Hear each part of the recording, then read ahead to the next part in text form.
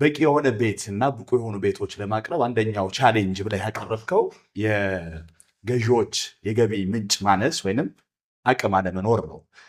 ስቲል አሁን መካከለኛና ዝቅተኛ ገቢ ላላቸው ተብለው የሚሰሩ ቤቶች ከገዢዎች አቅም በላይ ናቸው። ስቲል ከ3 ዓመት እና ከ4 ዓመት በፊት የነበረው የሪል ስቴት ዋጋ የቤቶች ዋጋ በአንጻራዊ ደረጃ ቀንሷል ተብሎ ቢታሰብም አሁንም ቢሆን ለገዢዎች ከባድ ነው። ምክንያቱም ልክ አልሚዎች ሁሉንም ሳይሆን ካሉት አልሚዎች እንግዲህ ወደ 660 ሪል ስቴት ካምፓኒዎች አሉ ተብሎ ይታሰባል።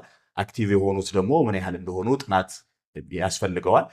ነገር ግን ዴሊቨር የማያደርጉ ድርጅቶች እንዳሉ ሁላ ዲፎልት የሚያደርጉ ድርጅቶች የሪል ስቴት ካምፓኒዎች እንዳሉ ሁላ ገዢዎችም ሆነው ለምሳሌ ቅድመ ክፍያ ከከፈሉ በኋላ ቤቱ እስኪጠናቀቅ ድረስ የመክፈል አቅማቸው ቻሌንጅ ስለሚሆንባቸው ዲፎልት የሚያደርጉ ብዙ ባየሮች እንዳሉ ይታወቃል።